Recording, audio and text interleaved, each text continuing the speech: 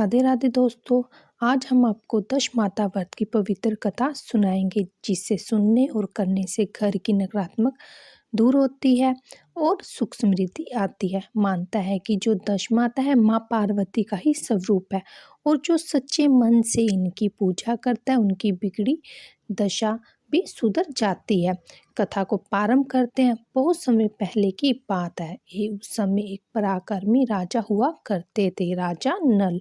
उनकी रानी का नाम दमयंती था। दोनों अपने राज्य में बहुत ज्यादा सुखी जीवन व्यतीत कर रहे थे। धन, वैभव, सम्मान, किसी भी चीज की उनको कोई कमी नहीं थी। एक दिन रानी ने श्रद्धा से दश माता का व्रत किया। उन्होंने व्रत करके कच्चे सूत का डोरा बनाया, उसमें 10 गांठें लगाई और पूजा करके उसे अपने गले में धारण कर लिया। लेकिन राजा नल ने जब रानी के गले में वह डोरा देखा तो वह बहुत ज्यादा क्रोधित हुए। उन्होंने कहा, ये क्या अंधविश्वास है, और गुस्से में आकर वह डोरा उन्होंने तोड़कर फेंक दिया।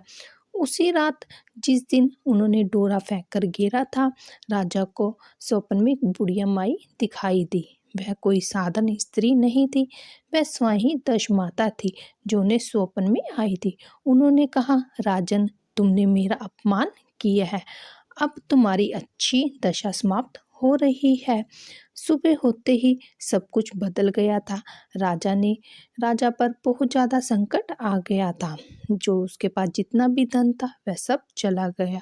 मीन्स खाने के लिए कुछ भी उनके पास ना बचा। राजा को अपना महल छोड़कर जाना पड़ा। राजा और रानी वन वन भटकने लगे। इतना ही नहीं, राजा पर चोरी का झूठा आरोप भी लग गया। जो राजा कभी सिंहासन पर बैठता था वह आज दर दर भटकता रहा। एक दिन फिर राजा को वही बुढ़िया माई सपन में दिखाई दी। इस बार राजा की आंखों में अहंकार नहीं था, पश्चाताप था।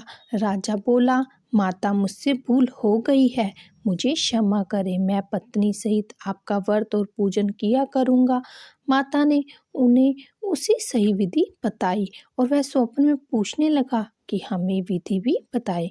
अगले ही दिन राजा और रानी ने पूरी विधि ध्यान से दश माता का व्रत किया, डोरा बांधा, पूजा की, सच्चे मन से क्षमा याचना मांगी।